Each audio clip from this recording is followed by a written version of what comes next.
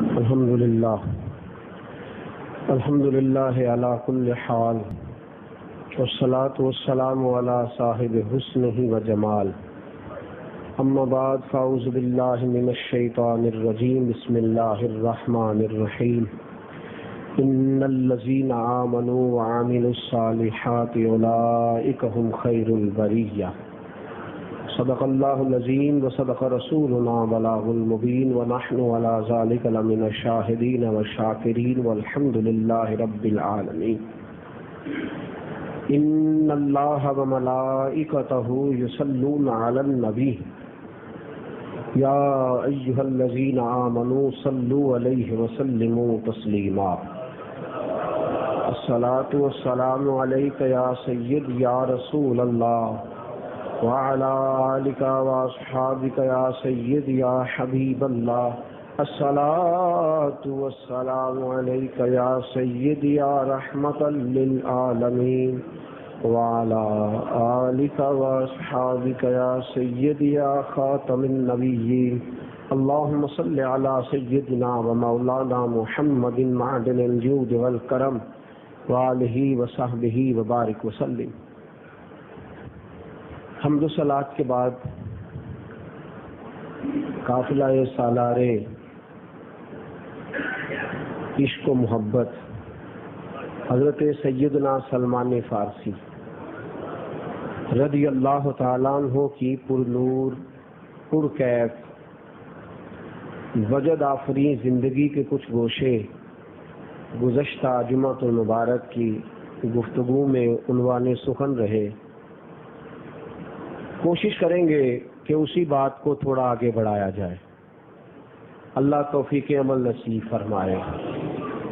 دوستو یاد رکھیے گا، کچھ لوگ بعض احباب کسی بھی آستانے سے کسی بھی تنظیم اور جماعت سے وابستہ تو بڑے ذوق اور شوق سے ہوتے ہیں، لیکن ذوق اور شوق ہمیشہ تازے نہیں رہتے، وقت کے ساتھ ساتھ لگتا یہ ہے کہ چیزیں ماند پڑنے لگ گئیں۔ اس کی وجہ یہ ہوتی ہے کہ اپنے اندر تبدیلی پیدا کرنے کی بجائے سامنے سے تبدیلی کی خواہش کرنی شروع کر دی جاتی ہے۔ جب سامنے سے تبدیلی کی خواہش کرنی شروع کر دی جاتی ہے تو پھر اپنے جذبے کے اندر کمی آنا شروع ہو جاتی ہے۔ حضرت سیدنا سلمان فارسی رضی اللہ تعالیٰ عنہ نے پہلے دن جس طلب کا اظہار کیا، وقت وصال تک وہ طلب برقرار رہی۔ بڑا کم ہوتا ہے، دو قسم کے لوگ ہوتے ہیں، ایک وہ لوگ ہوتے ہیں جو کہتے ہیں کہ باغ تیرے دی کر کر راکھی ساری عمر گزاری تے جد باغ پکن تے آیا تے لے گئے اور وپاری۔ ایک جماعت یہ ہے، اور ایک جماعت وہ ہے جو کہتی ہے لے سجنا اساں توڑ نبھائی، لے سجنا اساں۔ دو قسم کے لوگ ہیں۔ حضرت سلمان فارسی رضی اللہ تعالیٰ عنہ کو اللہ نے یہ سعادت عطا کی کہ جب آئے نا غلامی رسول میں، بس پھر ایک ہی جذبہ ہے، ایک ہی جذبہ، جو کسے دا عاشق ہوے او گل اسے دی کردا ہے، 100 مکر بہانے کر کے او دے مرنے مردا ہے۔ بس پھر اپنے آپ کو جوڑ لیا، ایسا جوڑا کہ نبی کریم کی زندگی اور آپ کی سیرت کا رنگ ان کی سیرت میں نظر آنے لگا۔ اللہ کے محبوب صلی اللہ تعالی علیہ وسلم نے فرمایا میرے رب نے مجھے حکم دیا ہے، میرے رب نے مجھے حکم دیا ہے کہ میں سلمان فارسی سے محبت کروں، میرے رب نے مجھے حکم دیا ہے کہ میں سلمان فارسی سے پیار کروں، مجھے حکم ارشاد فرمایا۔ آپ اندازہ کر سکتے ہیں اس شخصیت کے جذبے کا اور اس شخصیت کی اللہ کی بارگاہ میں جو قدر ہے اس کا، کہ رب فرماتا ہے کہ محبوب سلمان سے پیار کرے۔ حضرت سلمان فارسی سے حضور نے پیار کیا اور جناب سلمان فارسی نے میرے مصطفیٰ سے پیار کیا۔ بادب زندگی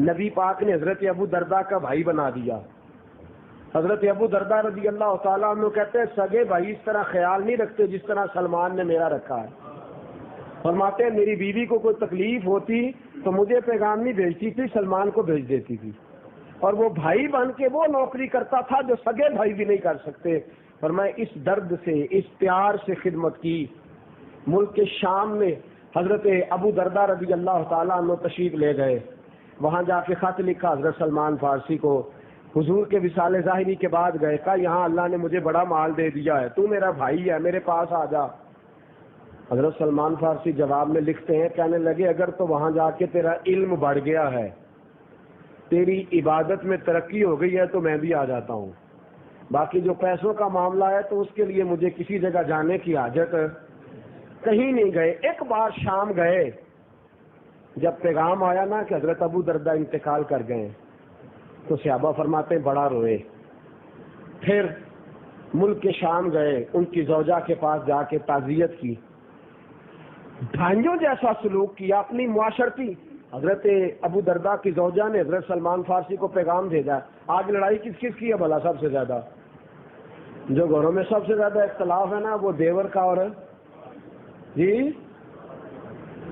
میں نہیں گل کرنی کیونکہ میری کیسٹ بنتی ہے تو پھر گھر بھی جا کے سنی جاتی ہے. تو مینو پھر پیغام آتے ہیں تو میں کچھ ڈرن لگ پیا وچوں.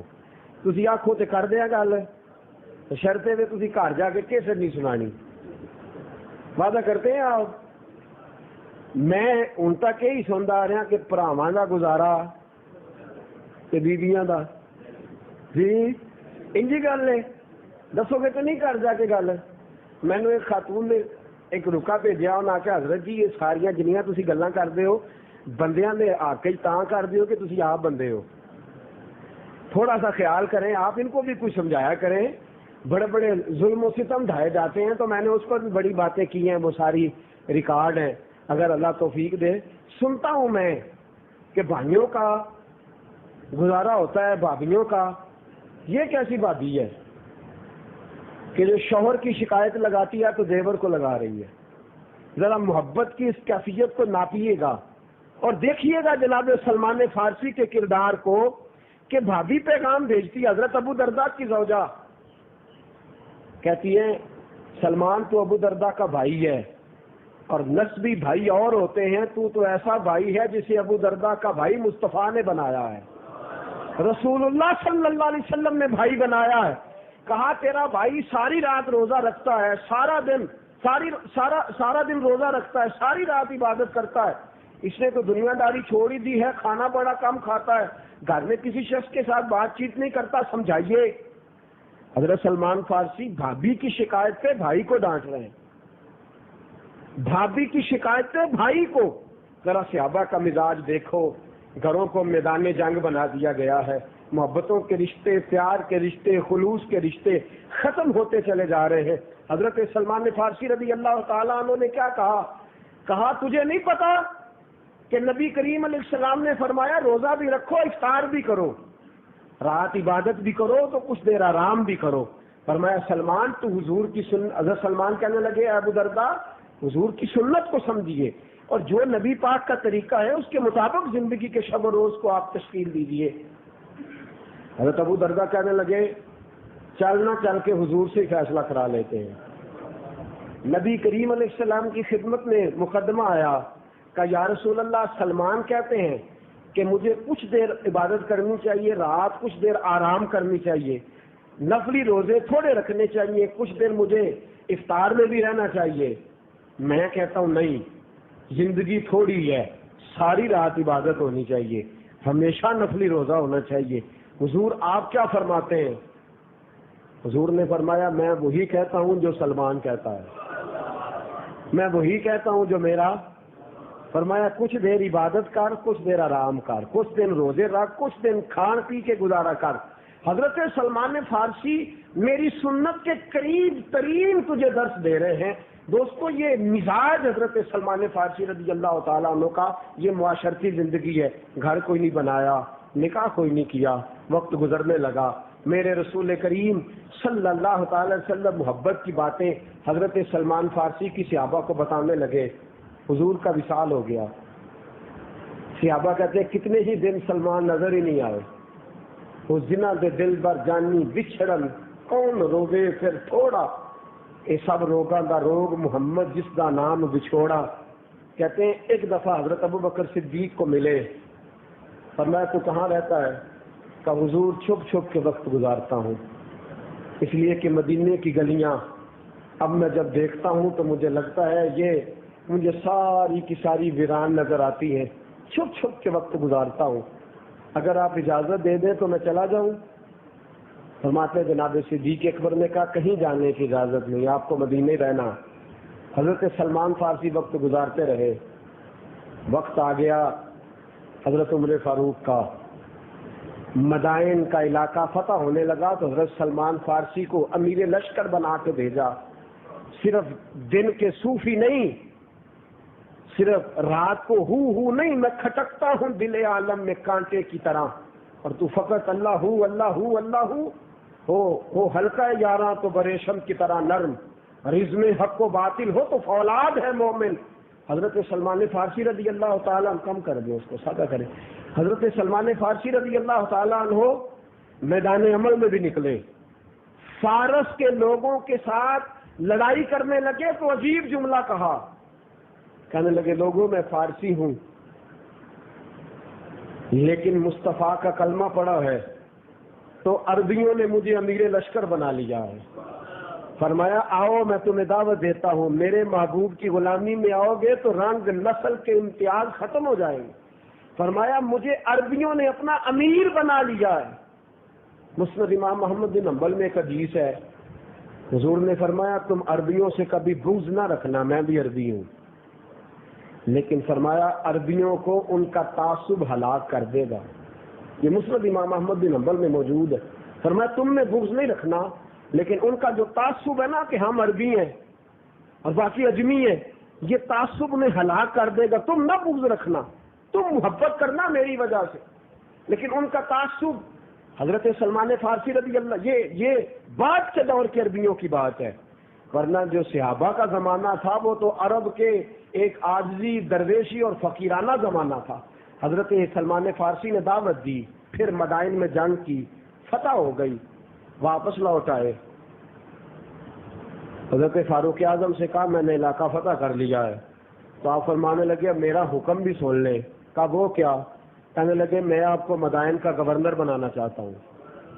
میں تو آپ کو گورنر بنانے کا ارادہ رکھتا ہوں. حضرت سلمان فارسی کہنے لگے میں درویش آدمی، یہاں تو مجھے اللہ اللہ پہ لگا دے یا جہاد پہ لگا دے، یہ گورنری مجھ سے نہیں ہوتی، گورنری مجھ سے.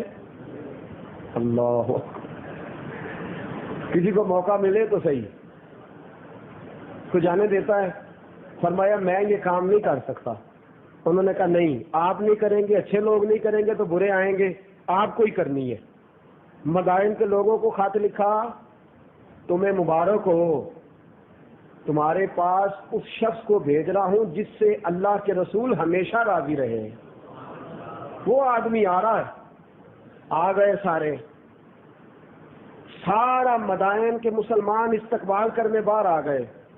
سچی بات بتائیے گا، یہ پولیس والے جو گورنر صاحب کے استقبال کے لیے روڈ پہ کھڑے ہوتے ہیں، گورنر صاحب کو دعائیں دے رہے ہوتے ہیں کہ بد دعائیں؟ نہیں صحیح بات بتائیں، دعائیں دے رہے تھے بد دعائیں؟ بھائی دھوپ میں کھڑا کر دیا ہے، کب آئے گا، کب جان چھوٹے گی. لاہور جاتی دفعہ ایک دفعہ پولیس والا کھڑا تھا روڈ پہ، ہم نے ایک میرے کچھ ساتھی ساتھ تھے، ہم نے ایک جگہ کے بارے میں پوچھنا تھا تو اس سے پوچھ لیا. کہنے لگا صاحب میں بڑا پریشان ہوں، مولوی صاحب کسی اور سے پوچھ لیں. تو میں نے کہا کیا پریشانی ہے؟ کہنے لگا گورنر نے مصیبت بنائی ہے، کھورے کدو لنگنا سو مر گئے ہیں. تو یہ کیا ہو رہا ہے؟ لیکن وہ لوگ آئے ہیں استقبال کرنے، عورتیں اپنے بچے لے کے چھتوں پہ آ گئی کہ حضرت سلمان فارسی آ رہے ہیں، رسول اللہ صلی اللہ علیہ وسلم کا محبوب آ رہا ہے. لوگ جوک در جوک گلیوں میں نکل آئے اور سلمان فارسی گئے تو ان کا انداز بڑا عجیب ہے. جب دیکھا نا رش ہو گیا ہے استقبال کرنے والوں کا، تو پگڑی اتار کے بغل میں لے لی، جوتے اتار کے بغل میں، ایک گھوڑا تھا ساتھ اور ایک ساتھ گدھا تھا. غلام کو گھوڑے پہ بٹھا لیا، خود گدھے پہ بیٹھ گئے. دیکھو ایک ہی صف میں کھڑے ہو گئے محمود و ایاز، نہ کوئی بندہ رہا نہ کوئی بندہ نواز، گدے پہ بیٹھے، جوتے اتار کے بغل میں، پگڑی بغل میں، اور گدے کی دونوں جانب ٹانگیں نہیں کی، ایک جانب ٹانگیں کر لی۔ لوگوں نے سمجھا کوئی دیوانہ ہے۔ جب لوگوں کے بیچ گئے تو رستہ چھوڑ دیا۔ 4-5 کمروں کا گورنر ہاؤس تھا، اس جگہ جا کے بیٹھ گئے، کہنے لگے لوگوں کو گا کے خبر کر دو، ایک تو تم نے زیادتی کی، میرے استقبال کو آئے، اگر میرے دل میں تکبر پیدا ہو جاتا تو کیا بنتا، کیوں تم آئے میرے استقبال کو؟ دوسرا ان سے کہو تمہارا گورنر آ گیا ہے۔ جب لوگ واپس آئے، ملاقات ہوئی، تو حضرت سلمان فارسی نے، جو مسلمانوں نے طرز حکومت دی، ان کو ذرا سمجھیے گا۔ آپ فرمانے لگے گورنر ہاؤس کیا ہوتا ہے؟ یہ کیوں بنائے ہیں تم نے کمرے؟ کیا ہوتا ہے گورنر ہاؤس؟ آج غریب کے گھر تو پنکھا چلنے کو لائق نہ ہو، اور گورنر ہاؤس کے کمرے سینکڑوں کمروں پر مشتمل ہو، اور وہاں اعلیٰ قسم کا اے سی چل رہا ہو، اور کہا جائے ہم غریبوں کے نمائندے ہیں۔ یہ نمائندگی نہیں، اور کافر بھی یاد رکھے، یورپ بھی یاد رکھے، یہ ہمارے لیڈر نہیں۔ ہمارے لیڈر دیکھ لیا تو وہ سلمان فارسی ہیں، وہ سعد بن ابی وقاص ہیں، وہ فاروق اعظم ہیں، وہ عثمان غنی، علی المرتضیٰ شیر خدا ہے، وہ حضرت صدیق اکبر جیسے درویش ہے۔ یہ گورنر ہاؤس کیا ہوتا ہے؟ سیرت دیکھو، کردار کیا ہوتا ہے گورنر ہاؤس؟ کہا جناب گورنر کے بیٹھنے کی جگہ۔ فرمایا پھر یہ کمرے کسی غریب کو دے دو، تمہارا گورنر جہاں بیٹھا ہوگا وہی گورنر ہاؤس ہوگا، جہاں بیٹھا ہوگا وہی۔ گورنر صاحب کہاں بیٹھے ہیں؟ درخت کے نیچے، وہی فیصلے ہو رہے ہیں۔ گورنر صاحب کہاں بیٹھے ہیں؟ مسجد میں، وہی فیصلے ہو رہے ہیں۔ گورنر صاحب کہاں بیٹھے ہیں؟ وہ سامنے ریت کے ٹیلے کے قریب گورنر صاحب بیٹھے ہیں، وہی فیصلے ہو رہے ہیں۔ یہ ہے زندگی گورنر صاحب کی۔ اور گورنر صاحب کو 5000 دینار ماہانہ وظیفہ ملتا ہے، اور گورنر صاحب حضرت عمر کو خط لکھتے ہیں یہاں نہ بھیجا کریں، وہیں غریبوں میں بانٹ دیا کریں۔ آپ کیسے گزارا کریں گے؟ تو کہتے ہیں میں نے رات کے کچھ وقت رکھ لیے ہیں، میں ٹوپیاں بنا لیتا ہوں، سویرے بیچ لیتا ہوں۔ میرے محبوب کی تربیت، میرے رسول کے دیے ہوئے انداز، ٹوپیاں بنا کے سویرے بیچ لیتا ہوں۔ اے حضرت سلمان فارسی، آپ کے کردار کو ہمارا سلام، کیا انداز سکھائے ہیں آپ کو میرے رسول کریم نے۔ روزانہ ایک مہمان کو بلاتے تھے اپنے دسترخوان پہ، اور پتہ ہے مہمان کون ہوتا تھا؟ فرماتے تھے جو مدائن کا سب سے بڑا مریض ہے اور جسے کوڑ کا مرض ہے اسے اٹھا کے لاؤ، میں اپنے ساتھ کھانا کھلانا چاہتا ہوں۔ کوڑ کے مریضوں کو بٹھا کے، سنا کبھی آپ نے وہ گورنر جس نے اعلان کر دیا ہو کہ کوڑ کے مریض جتنے ہیں وہ رات میرے دسترخوان پہ آ کے روٹی کھائیں؟ کہ حضور یہ کیا ماجرا ہے؟ مریضوں سے تو ان کے اپنے بچے منہ چھپانا شروع کر دیتے ہیں، مریضوں سے تو ان کے گھر والے تنگ آ جاتے ہیں، تو یہ کیا ہے؟ فرمایا میرے رسول پاک نے فرمایا مریض کا حوصلہ بڑھاؤ۔ گورنر صاحب دوستو، یہ یاد رکھنے والی سیرت ہے حضرت سلمان فارسی۔ کوڑ کے مریضوں کو روزانہ ساتھ بٹھا کے کھانا کھلاتے تھے۔ حضرت سلمان فارسی نے گورنری کی، اور انداز کیا ہے؟ ایک دن کھڑے ہیں گلی میں، سبزی لے رہے ہیں، ایک بندہ نیا نیا آیا مدائن میں، اس نے آواز دی غلام ادھر آ گئے، کہنے لگا یہ میرا سامان اٹھا فلاں گھر میں چھوڑ کے آ۔ گورنر صاحب کو ایم این اے صاحب جب ووٹ لینے آتے ہیں نا تو کہتے ہیں میں تمہارا خادم ہوں، اور جب ملنے جاؤ تو کہتے ہیں اتنی جلدی آ گئے ہو۔ خادم ہوتا ہے نا، تو خادم کی کیا ڈیوٹی ہوتی ہے؟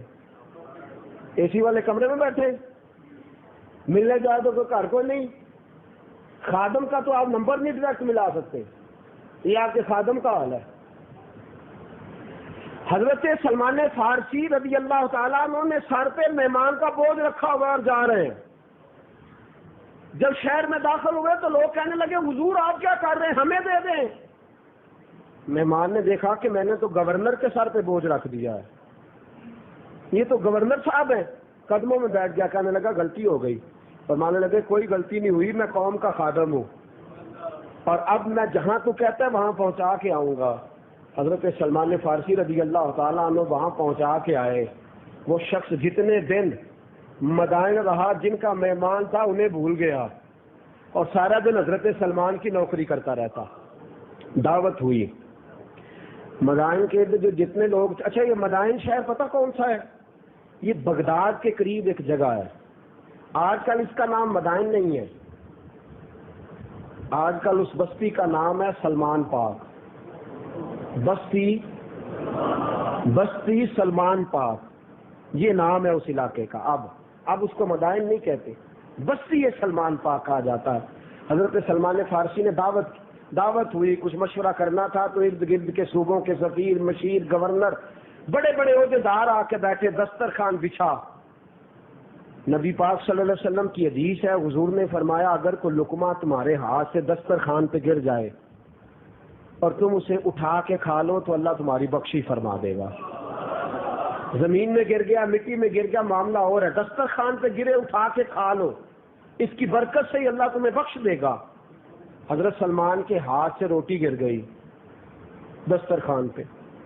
ہم تو رنگ بدل لیتے ہیں نا، جس جگہ گئے وہیں کے ہو گئے، جس محفل میں گئے وہیں کے ہو گئے۔ نہ، ہم جس محفل میں بھی جائیں ہم نے غلام رسول ہی رہنا ہے، ہم نے نبی پاک علیہ السلام کی غلامی کرنی ہے۔ حضرت سلمان فارسی نے لقمہ اٹھایا، دسترخوان سے کھا لیا۔ آپ کا ایک غلام آپ کے کان میں کہنے لگا حضور ایسا نہ کریں، یہ سفیر کیا کہیں گے، یہ مشیر کیا کہیں گے کہ یہ کس قسم کے لوگ ہیں، ایک لقمہ گر گیا تو اٹھا کے کھا لیا، کان میں کہا۔ حضرت سلمان فارسی اس جلال میں بولے کہ آپ کے دست مبارک کانپنے لگا۔ فرمایا کیا کہتے ہو مجھے کہ میں ان سفیروں کی طرف دیکھوں، میں ان دنیا داروں کی طرف دیکھوں، ان کی طرف دیکھ کر میں مصطفیٰ کی سنت چھوڑ دوں؟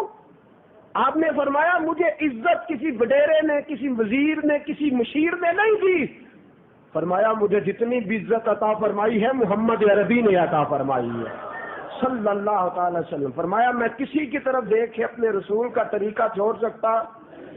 ہمارا عجیب انداز ہے، مسجد میں اور، دعوت میں اور، گھر میں اور، محفل میں اور، ہم نے انداز صحابہ جہاں رہے رسول اللہ کے غلام بن کے رہے، وہ جہاں بیٹھے نبی پاک علیہ السلام کے دین کو تھام کر کے بیٹھے۔ مسلمان جب اس طرح کا ہو جائے گا پھر حالات بدل جائیں گے۔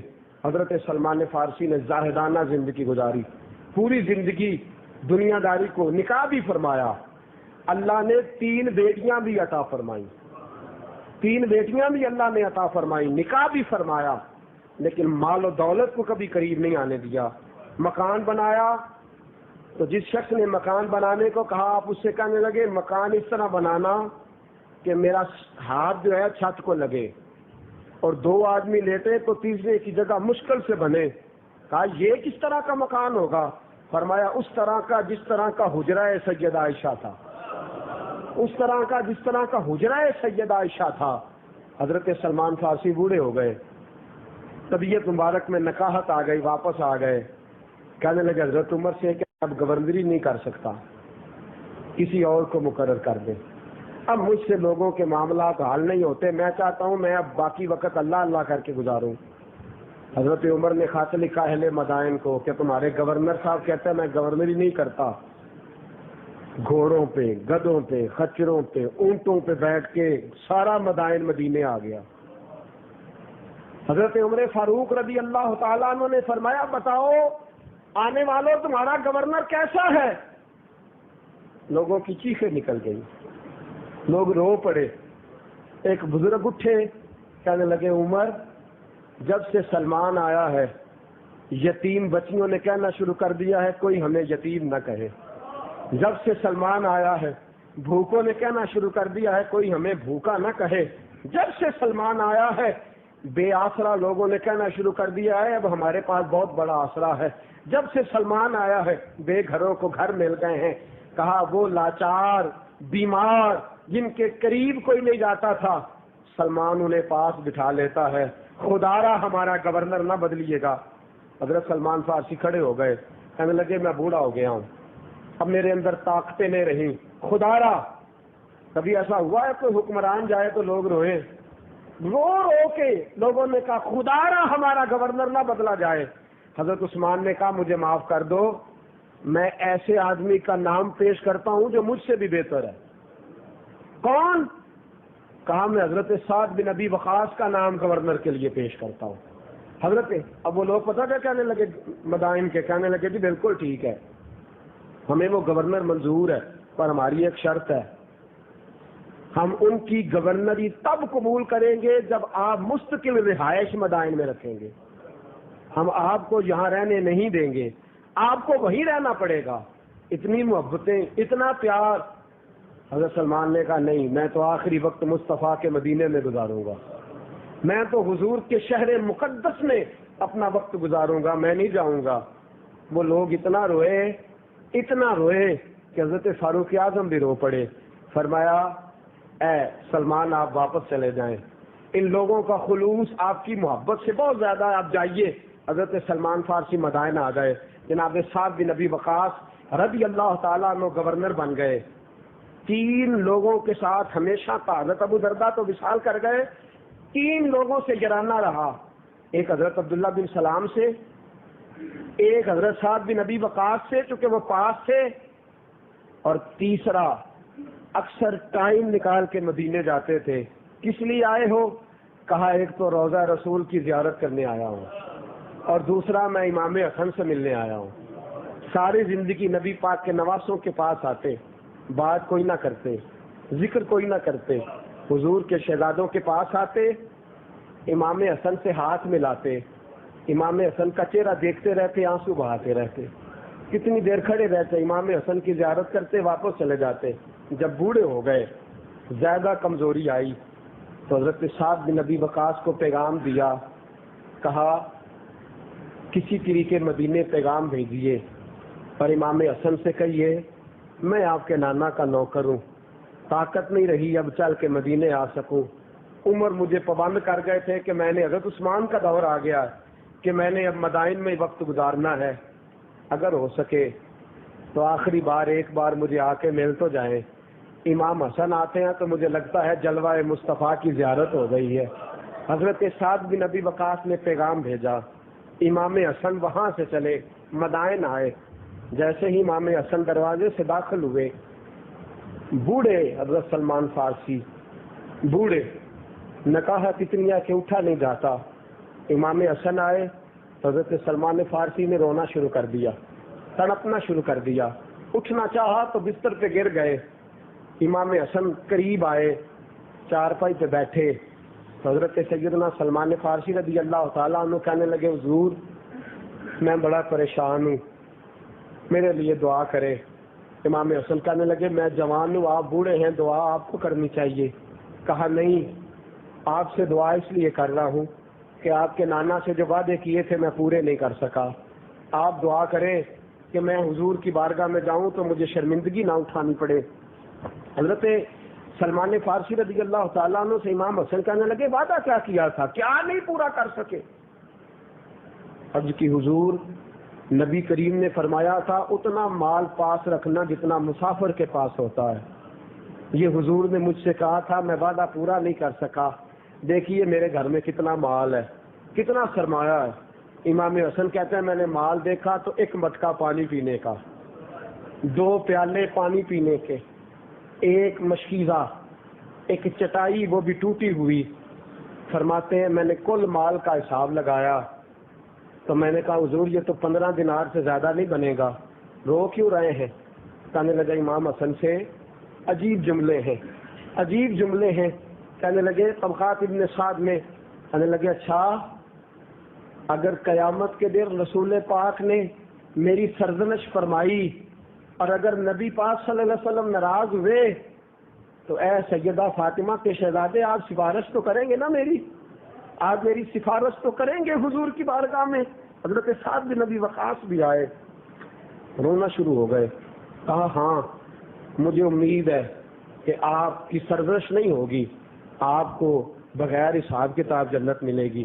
حضرت سلمان فارسی رضی اللہ تعالیٰ عنہ نے وصیت فرمائی. توجہ ہے آپ کی؟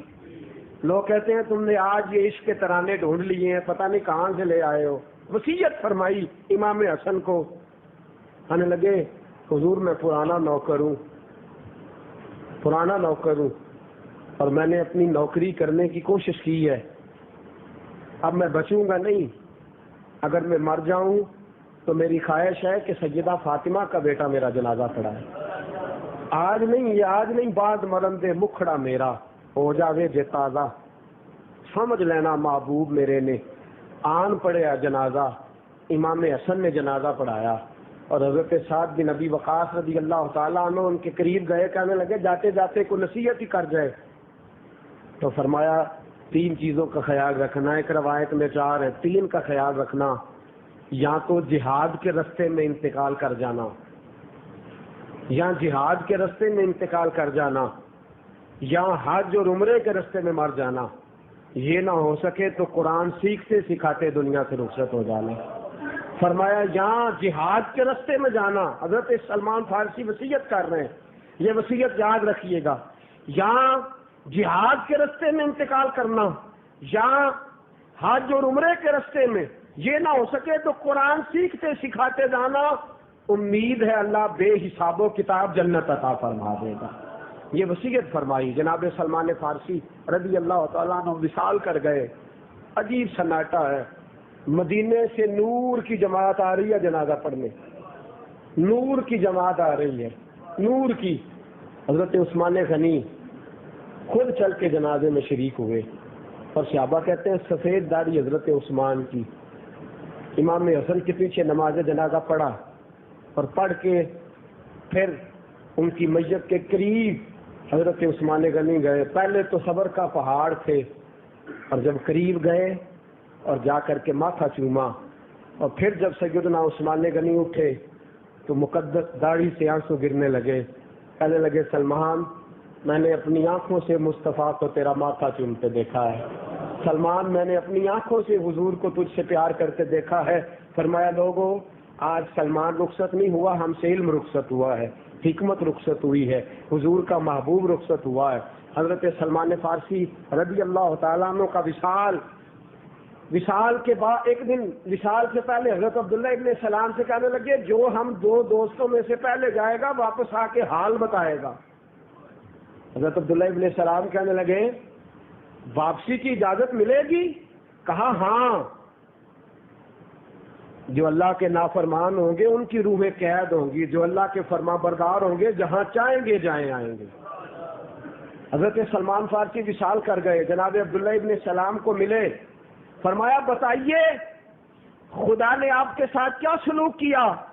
تو حضرت سلمان فارسی کہنے لگے رب نے فرمایا فرشتو سلمان سے حساب نہ پوچھ لینا، فرشتوں سلمان سے حساب نہ پوچھ لینا، اس لیے کہ سلمان فارسی رضی اللہ تعالیٰ عنہ کا عالم یہ ہے کہ ان کے دل نے ہمیشہ میری ذات پہ بھروسہ کیا، ہمیشہ میرے اوپر بھروسہ کر کے رکھا ہے، لہذا مجھ سے کوئی حساب نہیں لیا گیا اور بغیر حساب کتاب میری بخشش کر دی گئی۔ دوستو حضرت سلمان فارسی کی زندگی کے 4 درس حضرت سلمان فارسی کے جو ناقابل فراموش ہے۔ ایک تو طلب سچی ہونی چاہیے، پچھلے جمعے بھی عرض کیا تھا طلب، اور پھر جب طلب سچی ہو گئی پھر حضور سے محبت کی تو جم کے کی، زندگی زاہدانہ گزاری، دنیا داری کو ان معاملات کو قریب نہیں آنے دیا۔ اور چوتھی بات یہ ہے کہ حضرت سلمان فارسی رضی اللہ تعالیٰ عنہ نے استقامت کو ہمیشہ، جو پہلے دن کام شروع کیا آخر تک اسی کو تھام کے رکھا۔